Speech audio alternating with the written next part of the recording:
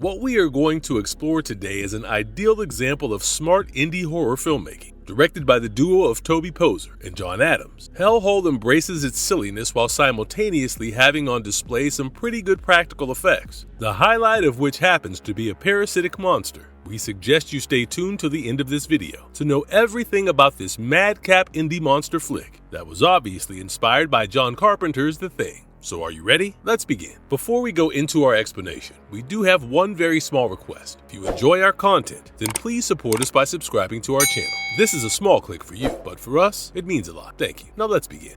Exploring the story of Hellhole. Spoilers ahead. The movie begins with a flashback set in the year 1814. A platoon of Napoleon soldiers who have been pushed out of the Illyrian provinces find themselves lost and on the verge of starvation in the middle of a Serbian jungle. Right at the moment, judging the soldiers by their desperate, hungry faces, anything living will do for them. So, one can imagine their luck when they stumble upon a horse that is literally served to them on a platter by an unknown woman approaching them out of nowhere. As the soldiers take the horse away, the woman is seen giving what appears to be the most menacingly sinister smile. Something is definitely not right, but that is not for the soldiers to know right away. Anyway, with the soldiers about to make a meal out of the horse, the animal explodes to their complete horror, and we find the appalled lot being attacked by some kind of a tentacled creature, one that obviously had been lying dormant within the horse. The monstrous-looking critter is seen chasing the soldiers through the woods, and ultimately settling down with its final victim for the time being, one who is seen screaming his guts out. Cut to the present day,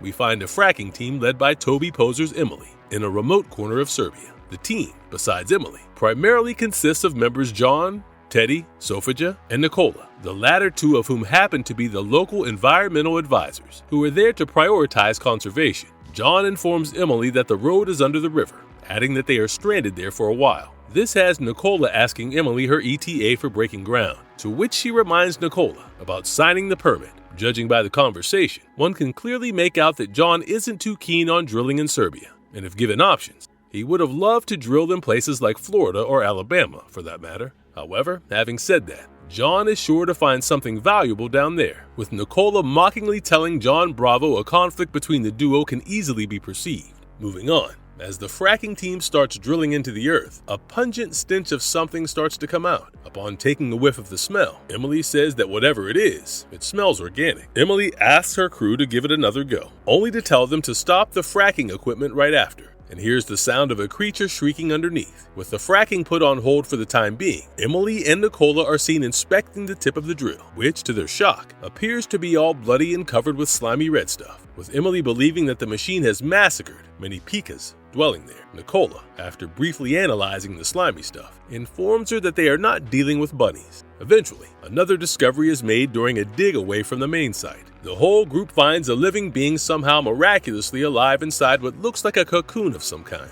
while the man inside the cocoon is eventually revealed to be one of the French soldiers we saw at the film's beginning. The fracking team has no idea what they are dealing with. Emily somehow convinces John that they all keep the guy warm and safe for the day. She also tells him that the first thing to be done the following morning is to have crew member Philip and Danko drive down to where the road's blown out. She is hopeful about getting some help from the other side of the road, that is, if people are working there. Emily also confides in John that she doesn't mind getting Serbian authority to deal with the current situation, that she has no intention of having her company get entangled in the affair. In the meantime, Sofija, Nicola, and Teddy offer the Frenchman water and attempt to understand his plight. Teddy is the only one who can understand French to an extent, but the convoluted Frenchman becomes difficult to follow, even on Teddy's part, with the Frenchman becoming hyper. Nicola attempts to calm him down, but backs away when he finds a slithering tentacle coming out of the Frenchman's nose. When Emily arrives there, Nicola takes her and Sofija out of the room and tells the duo that he saw something like meat but alive coming out of the Frenchman's nose. Sofija suggests it could be a worm and decides to grab some samples to compare them with the samples from the drill site. So Emily tells her to ask John for help. As the group begins to collect the samples, John holds the Frenchman from the back to keep him steady. This is precisely when Emily, Nicola, and Sofija are able to see a tentacle-like thing protruding from the Frenchman's ear. Teddy denies seeing anything like that, and Emily asks the rest to grab a bite when she babysits the Frenchman. Later, when John is left alone with the Frenchman, the isolated conversation descends into a bizarre brawl. Witnessing the Frenchman have tentacles coming out of his eyes, nose, and mouth, John attempts to take matters into his own hand, only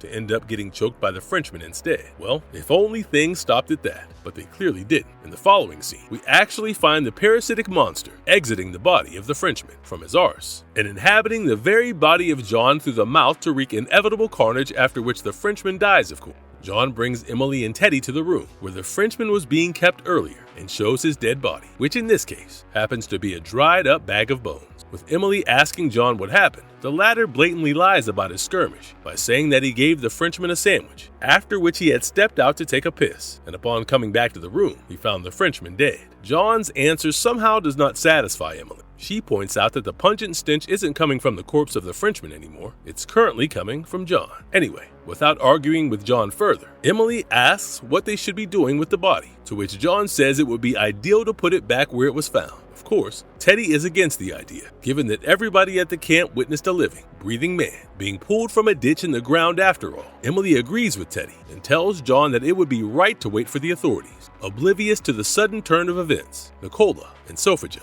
arrive and tell the group that they have made an incredible discovery. With John asking the duo what they have found, Nicola points out that the smell is coming from him. This irks John, and he loses his temper with Nicola. Emily tells John to call it a night, and that she will fill him in the next day. After John leaves, Nicola and Sophia tell Emily and Teddy that they need to see the Frenchman first, also adding that it is essential that they keep him warm and safe until he is transferred for further tests. With the duo insisting on seeing the Frenchman, Emily lets them inside the room. Nicola and Sophia are beyond shocked to find the Frenchman dead in his current state of the body. Eventually, Nicola and Sophia disclose their discovery to Emily and Teddy. While the subject's blood samples, cells, and DNA made him look like an average human, the biopsy of his skin revealed something else. Aside from the subject's own epidermal cells, something entirely foreign was also found, which was decisively not human. Sophia states that the foreign entity, or the protist, to be more precise, has been identified as some algae, which usually lives inside the tissue of other organisms in a definite, symbiotic, mutually beneficial relationship, most commonly in the giant clam.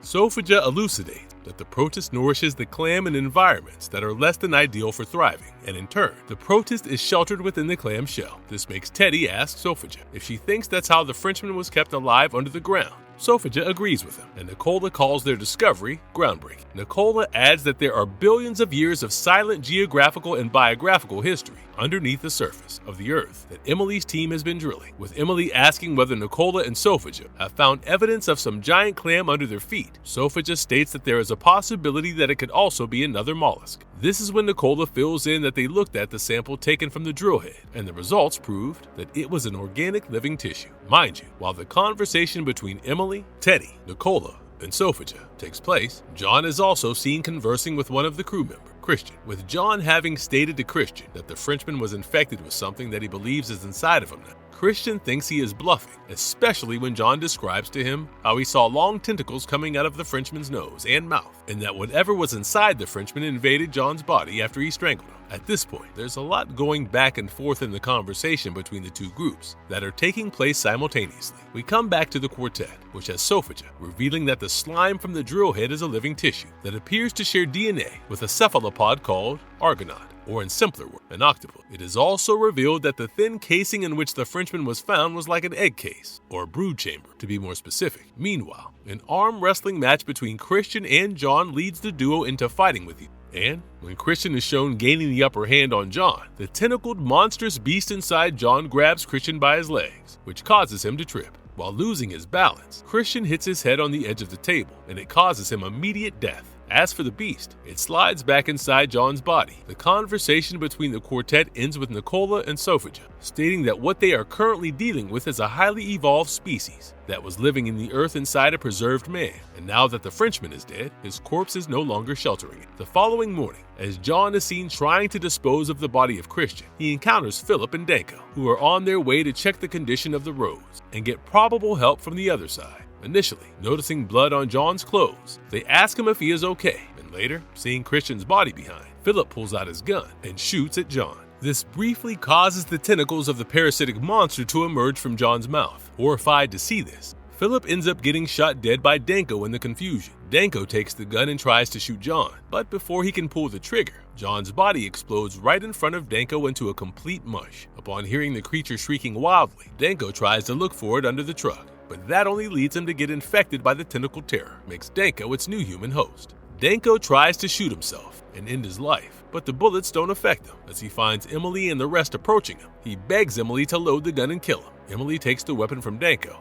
and tells him that he has blood on his feet. Danko says it's John's. Emily is startled, and she asks where John is, which Danko states that he simply blew into tiny pieces, with Danko telling the group that there's Philip's blood too, and that John killed Christian. Everyone looks at him in horror and goes to the site of the bloody massacre. Emily tells crew member Luca to go back to the base and get 2 crates from the storage room so as to put Christian's body in one and Philip's in another. She then asks Danko to explain things. Danko tries to describe the creature as a ball of jelly or squid and how it jumped on him like an umbrella when it had its chance. A rabid Danko approaches Teddy and asks him to smell him. This is when a tentacle peeks out of his eye and goes back inside. The group not only realizes that the monster is inside Danko, but they also come to the conclusion that the creature, for some reason, is only interested in going after the men in the group. A while later, Emily and Teddy are seen having a conversation with each other. Teddy suggests leaving by foot so that they can make it to the main camp in 2 days. Emily tells him that she does not trust anybody and that she does not wish to be separated from him under any circumstance, with Teddy suggesting that they tell everyone what's inside Danko. Emily refuses to do any such thing. Teddy tells her that Danko isn't a medical experiment that Nicola gets to play with and that he is actually feeling sad for him.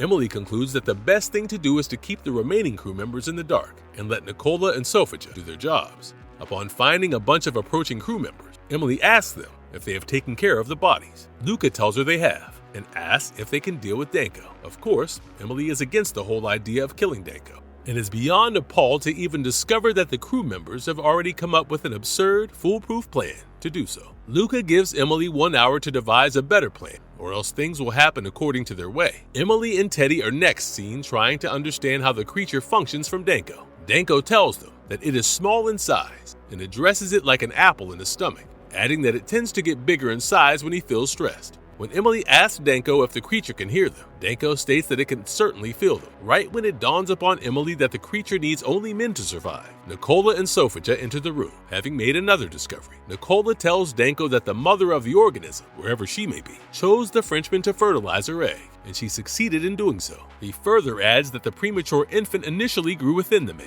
and now it needs shelter within Danko to continue growing to survive, while Nicola making it clear that Danko's only job going forward is to keep the organism safe and nourish it until it is ready to live outside the womb. Everybody stares at Nicola in complete disbelief. Of course, this has Danko begging everybody to kill him, but it enrages Nicola, despite Sofia stating to Nicola that it is a parasite that is simply sucking off of Danko. Nicola mocks at her, telling her how she is an insult to all the work they have been doing so far. It is fitting to state that Nicola made it very clear to everyone that if anybody even dares to touch a hair on Danko, they must go through him first. Upon seeing that there is not much choice left, Emily hands Danko to Luca and the remaining crew members, who have decided to deal with Danko their way. Emily insists that the crew members maintain a considerable distance while executing their job, sincerely hoping that the whole thing ends with them once and for all in the wilderness, and the organism eventually dies on its own. While Emily has Nicola locked inside a room, gunshots can be heard from a distance. Nicola addresses humans in general to be ungrateful and gives Emily an example of a mother octopus laying eggs and the extent to which it will go to see the eggs get hatched. When Emily asks Nicola how many eggs an octopus lays, Nicola smiles and tells her 1,000. The following scene has the parasitic monster hopping from one crew member's body to the other in the most gruesome, blood-splattering fashion, and it ultimately ends up inside Luca. Luca returns to the fracking base, where Emily, Teddy, Sofia, and Nicola are seen gearing up to leave. While Luca tells them that Danko is dead, Nicola is able to see through his lie, but decides not to tell the rest about it. While walking through the woods, Nicola keeps asking Luca endless questions about the creature, but the latter doesn't really say anything to him. With the whole group reaching close to a lake, Luca reveals that the monster is inside him. Aware of the fact that he cannot go back home to his wife and 5 children without endangering them, Luca decides to drown himself in the lake, hoping it will kill both him and the being inside him. No points for guessing the plan does not work. The parasitic monster manages to cling itself to Nicola.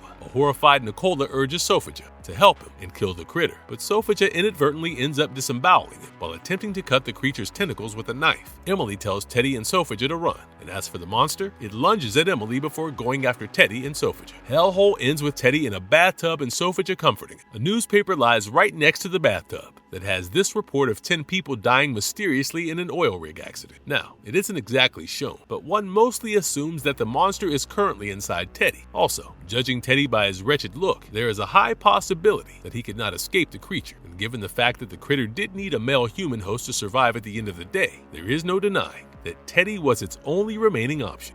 Why is the creature being compared to Carpenter's The Thing? We will keep it short because we obviously do not want to steal the thunder away from the star of today's video. One of the primary reasons this dormant parasitic monster is being compared to The Thing is because the infected looks just like a regular person, at least in the beginning. Of course, there's the usual protruding of the tentacles from the eyes, mouth, and nose, but that only happens after the creature, or should we say the male host in this case, feels threatened. Next, with Hellhole deftly featuring how a remote post gets overtaken by a monster, shows that the movie does follow in the footsteps of Carpenter's The Thing. Also, can you deny that the whole idea of two highly intelligent beings merged into one, and add to this, the body possession narrative with tentacles and slimy red stuff, does not remind you of Carpenter's masterpiece? You have got to be kidding us, if it does not. Marvelous verdict. Truth be told, Hellhole does not have much in the way of surprises, but what it does is effectively play with the familiar elements of an enduring subgenre. Just the way some parts of the movie can make you groan, there are plenty that will make you burst out laughing, given the way some scenes are presented before you. Bragging good practical effects, endless tongue-in-cheek humor, and unexpected directions that the flick takes. Hellhole is a scrappy horror film that is meant to give you a fun time. Well, with this, we finally come to the end of our video here. So what do you think of the movie's ending? Do you believe that the parasitic monster is still alive and residing in Teddy? We would love to know your opinions in the comments section down below. Now, if you enjoyed this video, you know what to do. Please do leave a thumbs up and stay tuned with us as we promise to come back with more exciting content. Till then, goodbye and thanks for watching. Have a nice one.